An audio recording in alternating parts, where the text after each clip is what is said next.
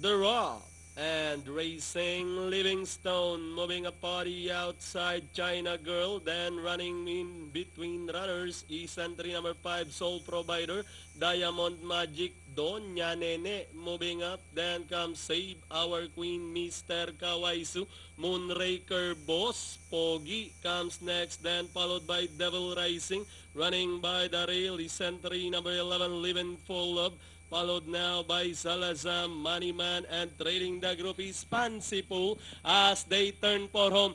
Donya Nene now takes the lead from the outside. Moving upon the father outside, Save Our Queen, then followed by China Girl sneaking in down on the inside is Livingstone, Mr. Kawaiso lifting in down on the inside, Save Our Queen, moving upon the outside, Living for Love, and finally it's going to be Mr. Kawaiso, then comes Living for Love, Save Our Queen, number 2 Livingstone, and China Girl for your Pentapecta.